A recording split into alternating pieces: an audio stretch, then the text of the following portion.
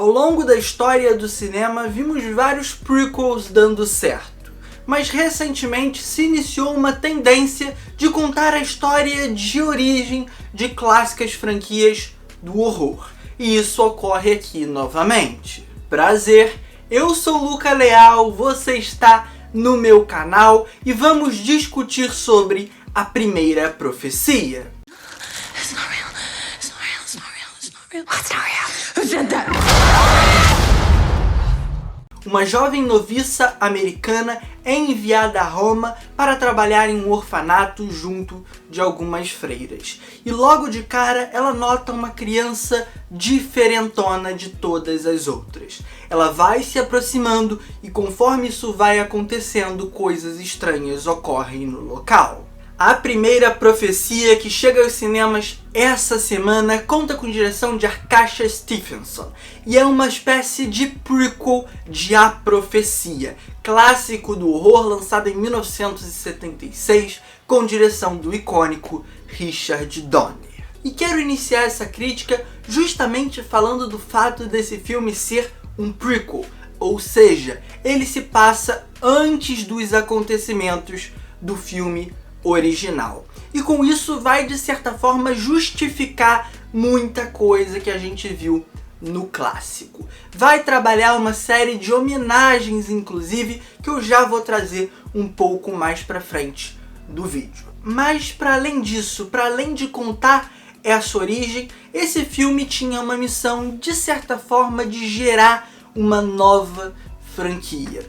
A partir desse filme aqui, a gente tem uma brecha para outras continuações que provavelmente vão vir se esse filme fizer um grande sucesso financeiro. E não é segredo para ninguém que de uns tempos para cá Hollywood está tentando resgatar alguns de seus clássicos. Uns funcionam com certo êxito, como por exemplo foi com Doutor Sono, uma continuação de O Iluminado, e outros já são desastres completos, como foi o caso de O Exorcista, O Devoto, uma continuação do clássico Exorcista de William Friedkin.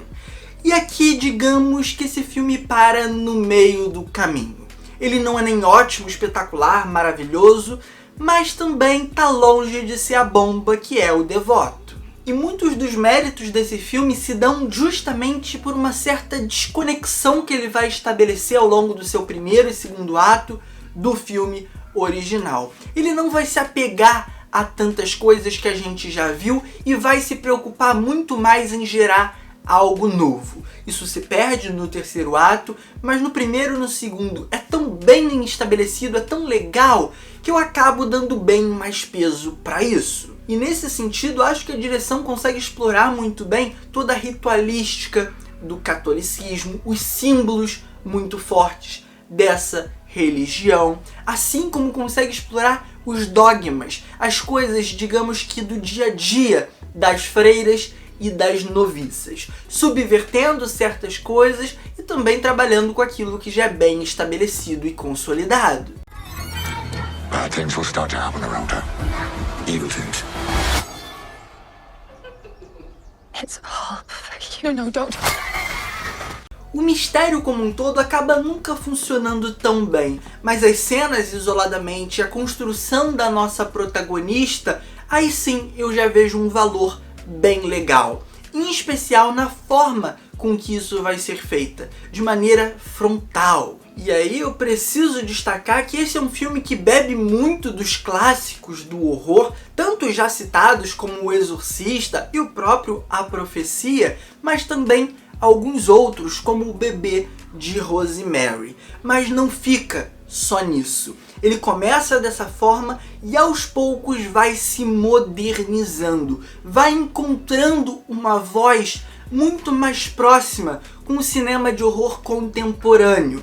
E aí é justamente onde eu acho que ele perde certa força e fica com cara de um pasteurizado da Blumhouse, por mais que esse filme não seja da Blumhouse, deixando isso claro. A Primeira Profecia poderia facilmente ser mais um filme do universo Invocação do Mal, ali junto de Annabelle, Maldição da Chorona. Ele casaria muito bem com esse universo, mesmo com esse começo um tanto quanto diferentão, e eu diria até que um tanto quanto experimental. Afinal, ele vai trazer uma série de elementos que nos aludem a filmes mais antigos. Seja a textura da imagem com o grão muito presente, seja o uso da trilha musical como um acentuador desse clima angustiante e tenso e dando um certo protagonismo para essa trilha que aparece de forma muito evidente e chamativa, e seja pela própria montagem e a história que caminha de forma um pouco mais vagarosa e paciente. E Nell Tiger-Free, a atriz que interpreta a nossa protagonista, vai conduzir essa transição do clássico para o moderno de forma também muito interessante. Ela começa como uma clássica, entre aspas, heroína de filme de terror. A mãe da Regan, do Exorcista, a nossa protagonista de O Bebê de Rosemary, e aos poucos ela vai se transformando na Final Girl moderna. Uma mulher com muito mais atitude e volúpia, em especial metendo a mão na massa e se sujando de sangue. É uma transição muito bem feita, que por sinal acaba até por ofuscar os aparatos da igreja tão consolidados nesse tipo de filme, como é o caso das já citadas freiras e também os padres. Aqui eles quase não têm nenhuma relevância. E quando tem é por uma tangente, eles surgem ali escanteados, solucionam uma ou outra coisinha, jogam uma ou outra pista e logo saem de cena novamente. Mas além da nossa protagonista, só para pontuar aqui, a gente tem outros dois nomes bem chamativos no elenco. Bill Knight é um deles, um personagem com tempo de tela reduzido, mas quando aparece, impõe a sua presença, dá um certo medinho. E o segundo nome é ninguém mais, ninguém menos que a brasileira Sônia Braga. Sim, ela mesmo, a nossa musa do cinema nacional, estrela, por exemplo, de Dona Flor e Seus Dois Maridos, e mais recentemente, Aquários, do Kleber Mendonça Filho. Ela faz o papel de uma freira bem relevante aqui para a história. Em alguns momentos ela toma um pouco mais de espaço, em outros ela recua, mas no geral é uma presença que está ali constantemente pairando sobre o filme e ela entrega muito bem, conseguindo também, assim como o personagem do Bill Knight, entregar uma ameaça, entregar uma presença soturna e ameaçadora. Mas então vamos lá fazer uma visão geral. A Primeira Profecia é um filme eficiente, ele cumpre o seu papel dentro de uma franquia, que é abrir brecha para mais filmes surgirem, ao mesmo tempo que homenageia o original e traz uma série de paralelos que podem ser pensados por aqueles que são mais fãs. Inclusive existem algumas possíveis, eu vou botar possíveis porque eu não tenho certeza, retcons que existem ali que vão desagradar um ou outro, mas para mim particularmente não afetou a experiência. E para além disso, quando a gente vai falar da fotografia, do design de produção e da própria direção, a gente tem uma abordagem muito interessante, como eu já pontuei anteriormente também, transita de um cinema mais clássico de horror para um cinema mais moderno e até contemporâneo. Por um lado ele ganha com isso e por outro ele também perde, em especial pelo tom um tanto quanto pasteurizado que ele vai assumindo em alguns aspectos que vai incomodar e me incomodou.